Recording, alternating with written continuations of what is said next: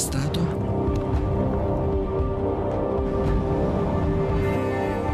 Peugeot 308 naujoviška vairavimo patirtis. Sveiki, su jumis laida Ne vienas kelyje ir pradėsime ją eksperimentu. Linksma situacija, bet pasitaiko neretai. Apie eksperimento tikslus papasakos mano kolega Valdas.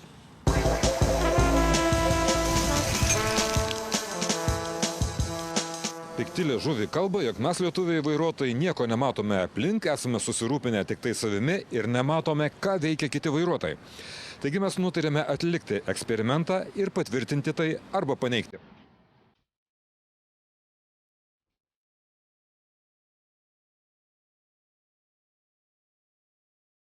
Ir štai išaušo eksperimento diena.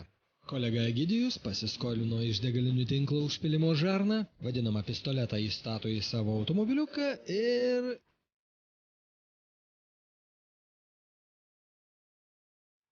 sėdęs nuvažiuoja.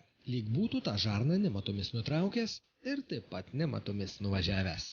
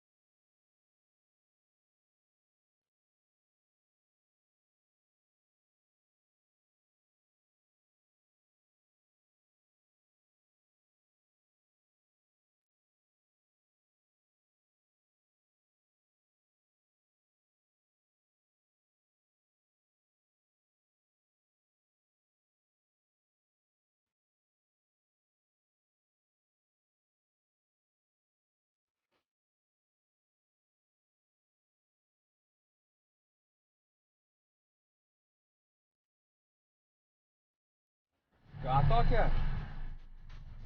Čia papildoma komplektacija mašinos, kad kuras nesibaigtų.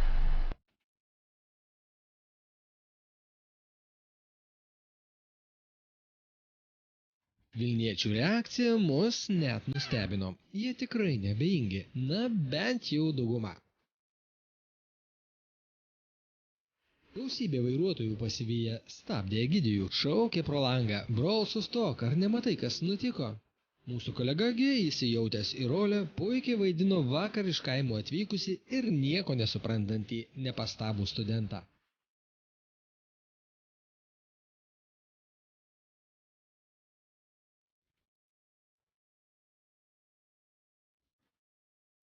Vieni rodė pirštais draugams ir visi sykiu raitėsi iš juoko. Kiti kone puolė po ratais stabdyti važiuojančio ar sustojusio automobilio. Išlipaik iš langą išbėdom. Iš kur? Pažiūrėk, nu. Langas lobė. Čia taip turi būti. Čia papildoma komplektacija, kad kuras nesibaigtų.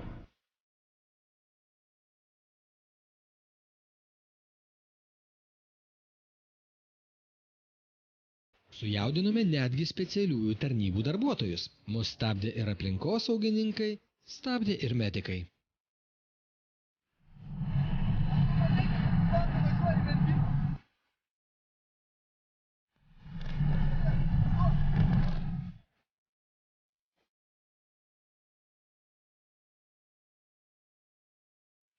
Be abejonės, visi automobilių vairuotojai perspėjo garsiniu signalu, tad Vilniaus gatvėse jautėmės lyg kokiame Tbilisyje.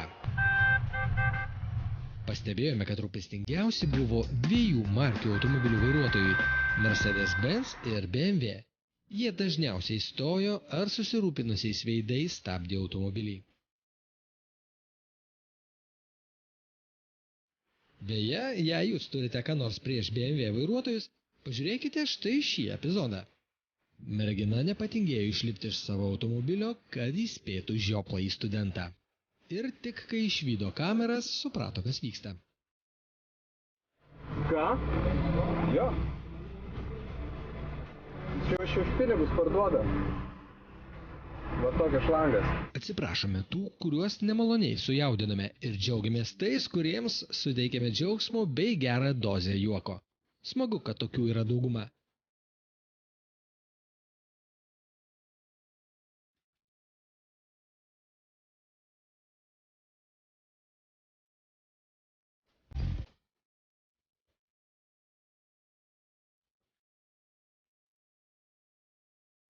Tačiau mūsų eksperimento tikslas buvo ne pasilinksminti ar prajuokinti kitus.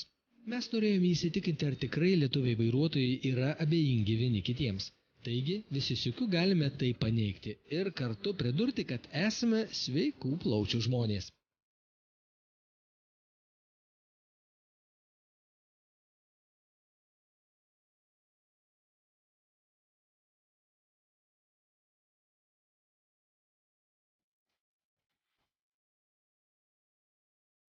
Na, o dabar nuo juoko prie realybės.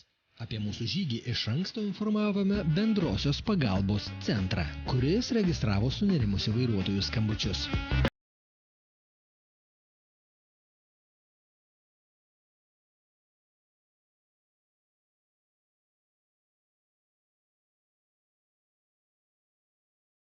Nei skambučių sulaukė bendrosios pagalbos centras.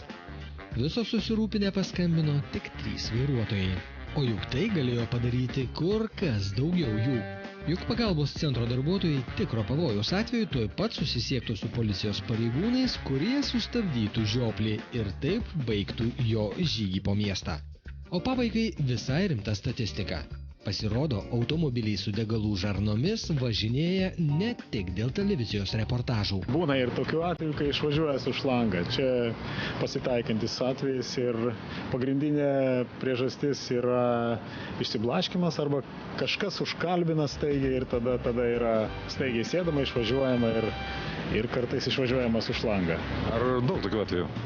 Tokių atvejų yra ir mes taip skaičiuojam, kad per 3 dienas vienas atvejis mūsų tinkle jis atsitinka. Tai prašau apie 10 atvejų per mėnesį. Pagrindinės priežastys, kaip sakiau, išsiblaškymas. Antra priežastis, jeigu banko mokėjimo kortelėje nėra pinigų, taip pat yra ryšio sutrikimai. Jeigu mes tik tai gaunam žinią, kad neaptarnaujamos banko kortelės, lauk bėdos. Jau tada tikrai bus kaip sakyti, esam pasiruošę, kad gausim pranešimų, kad yra nutraukti pistoletai. Šlangos yra visos su nutraukimo vožtuvais. Uždaro šlangą, kad netekėtų degalai. Ant šlangos to nutraukimo vožtuvo yra informacija, ką daryti, tai yra reikia palikti tą šlangą degalinėje. Ir to užtenka ir pranešti klientų liniją. Tiesiog skambtelti yra žalias mygtukas ant kasos aparato, žmonės praneša, padariau, viskas tvarkoja, važiuok toliau, mūsų žmonės aptarnaujančios tarnybos atvažiuoja ir viską labai greit sutvarko. Mes tikrai vairuotojų nebaudžiam. Žodžiu, šiuolaikiškos degalinės yra tokios modernios, kad negali vykti nei gaisras, nei sprogimas. Degalinė yra pavojingas objektas, yra sprogi aplinka. Bet mes darom viską, kad tai būtų kuo galima saugesnis objektas, kas ir yra.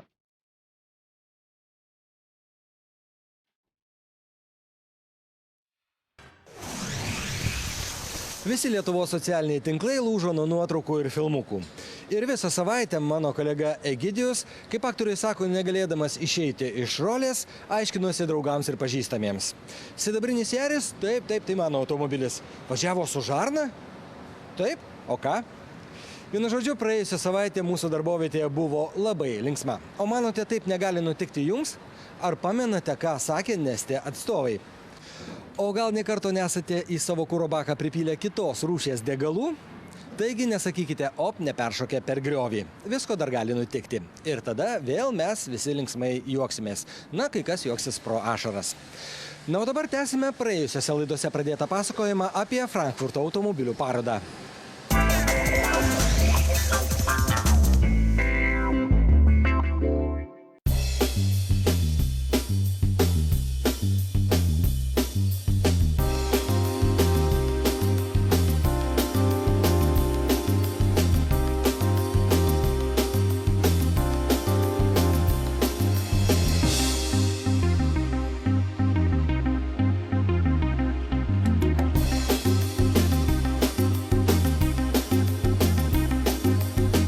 Frankfurto automobilių parodoje didelė teritorija, gausybė atskirų pastatų, tai iš tiesų rūmų pastatytų atskirų automobilių gamintojų. Štai mes dabar keliausime į Volkswagen koncerno valdas, kur pamatysime ne tik Škoda ar Volkswageno premjeras, bet ir super automobilius Porsche, Bugatti, Lamborghini.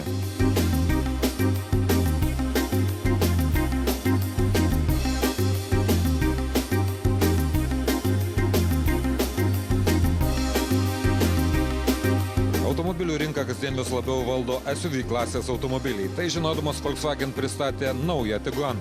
Automobilis tapo griežtesnis, vyriškesnis, jo salone daugiau erdvės. Plačiam vartotojų ratui įtiks ir didelis variklių pasirinkimas. Antros kartos Volkswagen Tiguan sukonstruotas ant modulinės Volkswagen koncerno MQB platformos pasiūlys daugiau erdvės salone, geresnės vairavimo savybės. Tuo pat metu pristatyta įkraunamo hibrido GTE versija turės 130 arklio galių benzininį ir 85 kW elektrinį variklius. Vien elektros energiją jis galės nuvažiuoti iki 50 km atstumą. Škoda jau atnaujino visą savo automobilių gamą ir tartum paskutinis patepimas tai yra Superb Kombi. Mes keliausime po Škoda automobilių gamintojus ir paklausime, kokius siurprizus jie mums ruošia ateityje.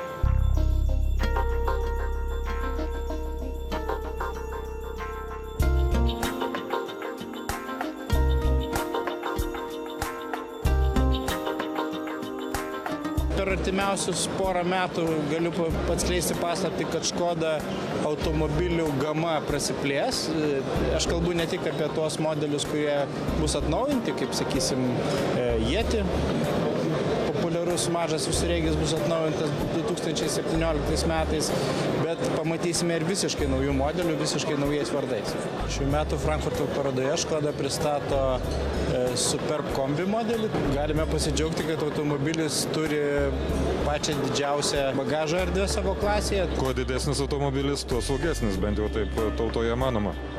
Iš tikrųjų, Superb modelyje yra įdiegtos visos, ko gero, moderniausios saugumo sistemos, ką Volkswagen koncernas turi šiandien pasiūlyti klientam. Tai yra ir nenuostabu, kad nesenai prieš kelias savaitės automobilis pelnė labai aukštą įvertinimą Euro NCAP testuose. 5 žvaigždučių ir procentaliai aukštą. Paprasti žmogeliai domisi Škoda, Seat ir Volkswagen naujienomis, o štai pasiturintys matuojasi Bentley Bentayga. Tai yra pats prabangiausias, pats liuksiškiausias, patogiausias ir greičiausias pasaulyje SUV klasės automobilis.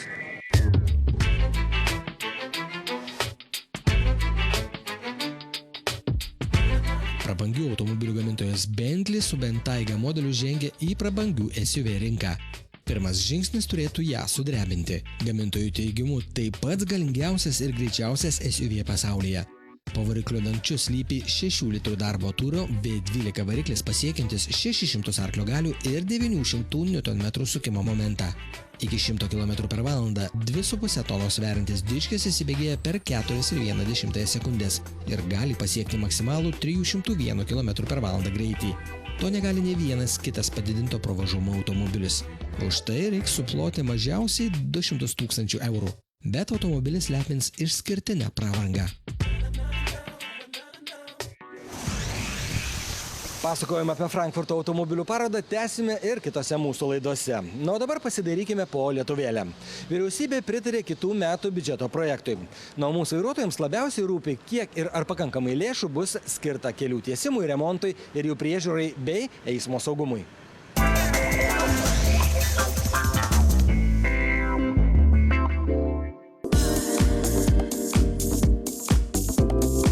Valstybinės reikšmės kelių tinklas sudaro 21 646 km magistralinių, krašto ir regioninio kelių. Vietinės reikšmės kelių ilgis yra virš 60 000 km. Keliuose yra 1505 gelžbetoniniai, metaliniai ir mediniai tiltai, viadukai bei estakados. Visą šią kelių ir aplink juos esančią infrastruktūrą reikia ne tik prižiūrėti, bet ir remontuoti, daryti saugesniais bei statyti ir tiesti naujus. Tuo rūpinasi Lietuvos kelių direkcija prie Susisiekimo ministerijos. Ji taip pat atsakinga ir už eismo saugumą. Vidutinis metinis paros eismo intensyvumas nuo 2000 metų padidėjo beveik dvigubai. Tad ar panašiai didėja ir lėšos skirtos keliams? Šiemet finansavimas yra 388 milijonai, įskaitant praeitų metų viršplaninės lėšas. Kitų metų planuojamas finansavimas išlieka maždaug to pačio lygmens kaip ir šiemet, bet kiekvienais metais brangsta žaliavos, brangsta medžiagos, tas pats darbo užmokestis ir kiekvienais metais mes už tą pačią pinigų sumą galim fiziniais vienetais padaryti vis mažiau ir mažiau. Todėl reikėtų keisti bendrai požiūrį į kelių sektoriaus finansavimą ir skirti lėšų ženkliai daugiau nei skiriama šiai dienai. Kiek iš tikrųjų pinigų realiai reikėtų, norint prižiūrėti deramai, europietiškai prižiūrėti Lietuvos kelius, kad mes neatsiliktume nuo Lenkijos, kur kiekvieną dieną keliai gerėja? Mes dabar su Lenkais net ir lygintis negalim. Ten Lenkijoje finansavimas kelis kartus yra didesnis. Mes stengiamės išlaikyti esamą kelių tinklą, nebloginant jo. Kai kuriuose valstybėse, sakykime, paimkim Vokietijas, finansuojama tiesiai iš biudžeto ir ten skiriama lėšų tiek, kiek ir reikia keliams, o ne tiek, kiek lieka.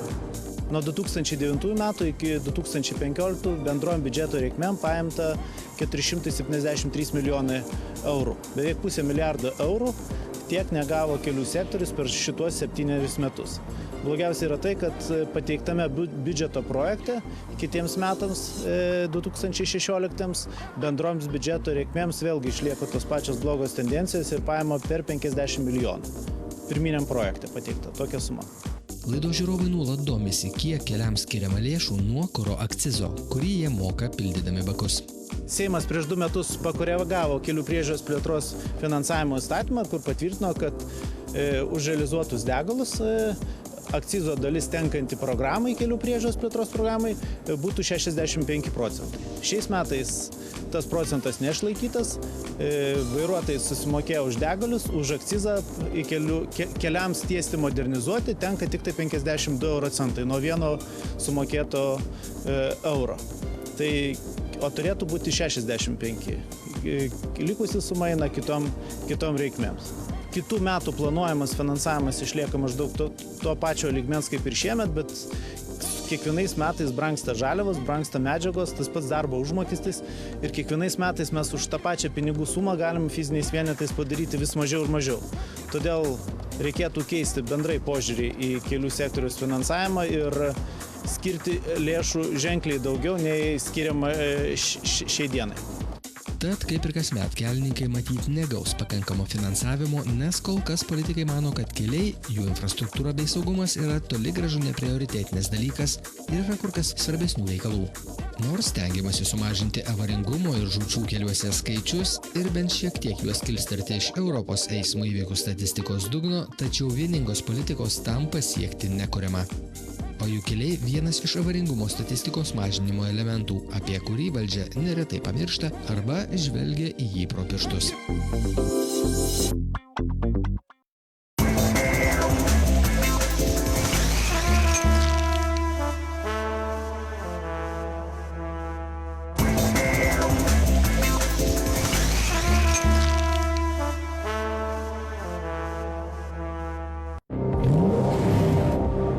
Pristato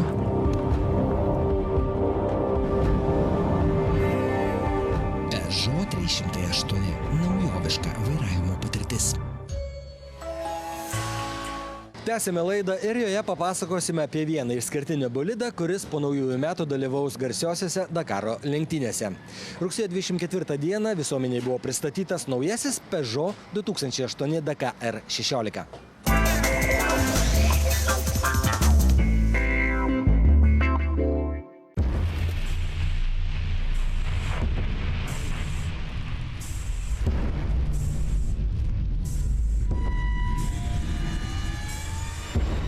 Pirmoji Peugeot 2008 DKR karta debiutavo Dakaro maratone 2015 metų sausį.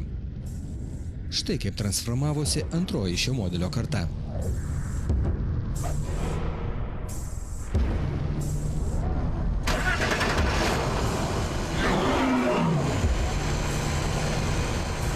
Peugeot pasirinko šiek tiek kitokį kelią nei pastarųjų metų lyderiai. Sukūrė tik galiniais, o ne visais ratais varoma mašina. Pagal Dakaro lenktynių reglamentą ji gali būti ginkluota didesniais ratais ir lengvesnė nei visais ratais varomi bolidai.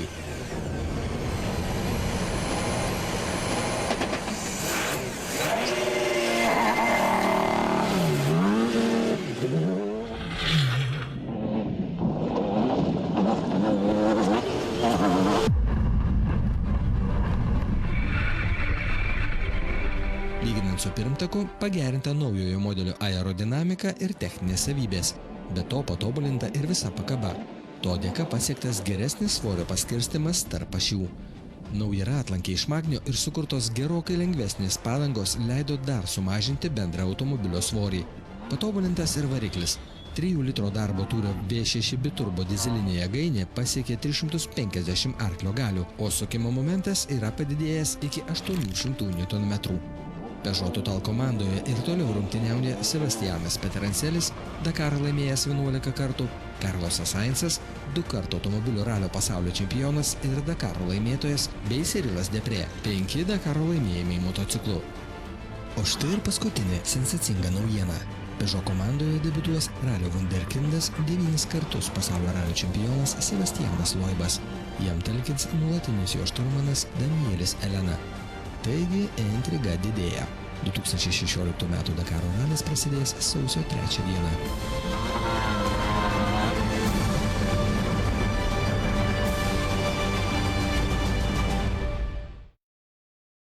Dakaro lenktynių dar teks palaukti, jos vyks tik po naujųjų. Aš su jumis atsisveikinu ir primenu, prieš išvažiuodami iš degalinės nepamirškite ištraukti vadinamo pistoleto iš savo kuro bako. Sudie, gero kelio.